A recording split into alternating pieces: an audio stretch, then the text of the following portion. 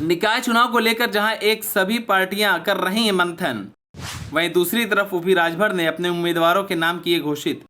OP Rajbhar ने जैसे ही अपने उम्मीदवारों के नाम किए घोषित, वैसे ही समाजवादी पार्टी में मची खलबली। इस बार ओपी राजभर कर रहे हैं सीधा अखिलेश यादव से टक्कर। यूपी में निकाय चुनाव का ऐलान होने के बाद से यूपी की राजनीति में सियासी सरगर्मियां तेज हो गई हैं।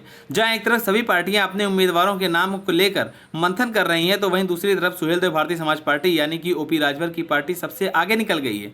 ओपी राजभर ने सबसे पहले अपने उम्मीदवारों की लिस्ट घोषित कर दी है। इस बार ओपी राजभर ने अकेले चुनाव में उतरने का ऐलान किया है। वो इसलिए क्योंकि इस बार सपा यानी कि अखिलेश यादव को टक्कर देने वाले हैं। और ओपी राजभर ने दावा किया कि लोग अब सपा यानी कि अखिलेश यादव से नफरत करने लगे हैं। आपको बता दें, ओम प्रकाश राजभर ने लखनऊ में प्रेस कॉन्फ्रेंस की और सुभाषपा के मेयर पद के 5 उम्मीदवारों की पहली लिस्ट जारी कर दी है।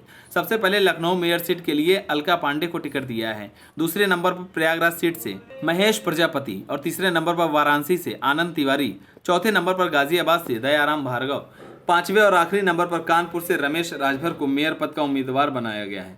उम्मीदवारों की लिस्ट जारी करने के बाद ओम प्रकाश राजभर ने दावा किया कि उनकी पार्टी पूरी मजबूती के साथ चुनाव लड़ेगी। उन्होंने अपनी सूची में सभी जातियों को प्रतिनिधित्व देने की कोशिश की है। इस दौरान ओपी राजभर ने अखिलेश यादव और मायावती पर भी जोरदार हमला बोला।